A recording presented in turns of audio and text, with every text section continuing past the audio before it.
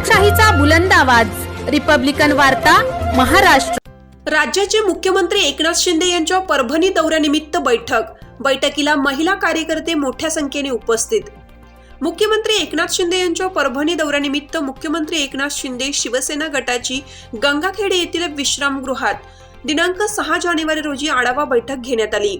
हा दौरा शिंदे गट शिवसेनेसाठी महत्त्वपूर्ण असून आगामी येणाऱ्या निवडणुकीची रणनीती आखणार असल्याने शिवसैनिकात उत्साहाचं वातावरण निर्माण झालंय। सार्वजनिक बांधकाम विभागातील विश्रामगृहात शनिवारी या आढावा बैठकीत विविध विषयांवर चर्चा झाली।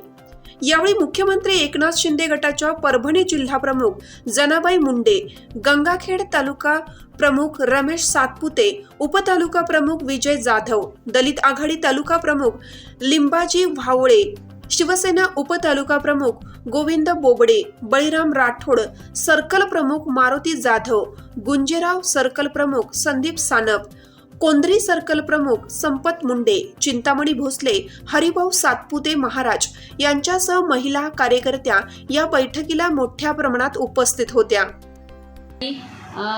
आज 6 जानेवारी रोजी आम्ही जेव्हा आमचे सीएम साहेब 11 जानेवारीला शिवसंकल्प अभियान करता परभणी दौऱ्यावर येणार आहेत, त्याकरता या ठिकाणी आम्ही सर्व शिवसैनिक एकत्र जमून त्या सर्व शिवसंकल्प अभियानाची तयारीसाठी आम्ही बैठक घेतलेली आहे।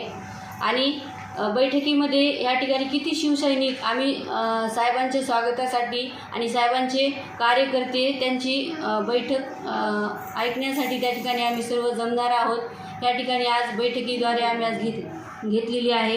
तसंच आमच्या भागामध्ये काही शिवदूत आणि बूथ प्रमुख ची बांधणी तर झालेली आहे, पण काही बांधणीची तयारी आमची अजून सुरुवात आहे, काही बांधणी करायची बाकी आहे। त्या संदर्भात सुद्धा आम्ही या ठिकाणी आज बैठक घेतलेली आहे।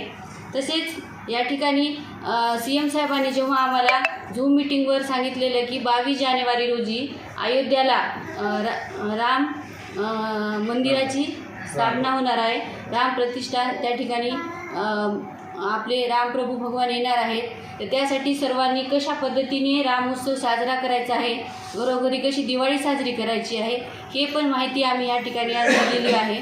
तसेच जसं नेहमीप्रमाणे आपले विरोधक भुकत असतात, तसेच काल परवाचे एक जितेंद्र आव्हाड नावाचा कुत्रा भुकून गेला आणि आपल्या माणसाबद्दल तर ते बोलतच आहेत, पण माणसे आपले खंबीर नेतृत्व त्यांच्या मागे भेटले म्हणून ते आता माणसाला सोडून दिलं, पण देवाबद्दल ते आता बोलायला सुरुवात केली आहे त्यांनी।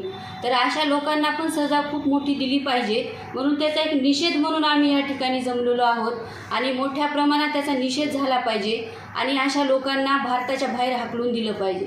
कारण देवांना त्यांनी नाव ठेवणं बरोबर नाही, कारण ही सूक्ष्म अंधारी जेव्हा आली होती त्यानंतर हा तिचा भाऊ आता जन्माला आलेला आहे। तर असे हे अनेक लोक जन्माला येत राहतात, पण असे किती जरी लोक आले तरी सत्य कधीही लपत नसतं, ते नेहमी उजागरच असतं, म्हणून त्याचा पण जय महाराष्ट्र।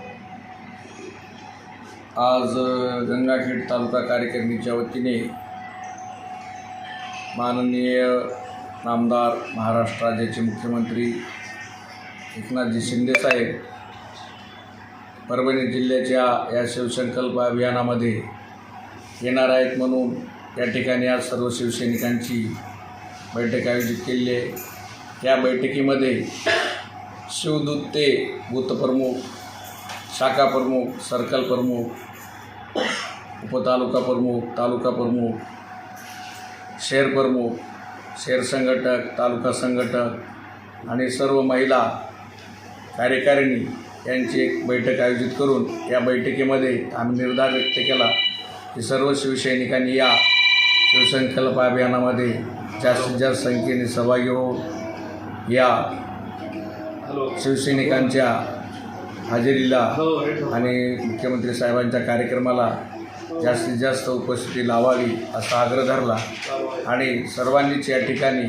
अगदी वेळ देऊन या ठिकाणी या बैठकीला सर्वांची उपस्थिती लाभलेली आहे। जिल्हा प्रमुख जनाबाई मुंडे, तालुका प्रमुख रमेशरावजी सातपुते, शहर प्रमुख अर्जुनजी पुरनाळे, लिंबाजीराव भावळे,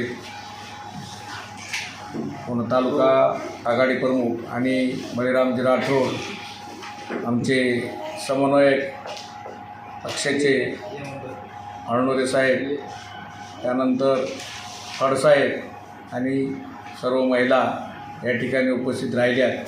आणि या कार्यक्रमाला सर्वांनी आवर्जून उपस्थित राहावा असा आग्रह धरला.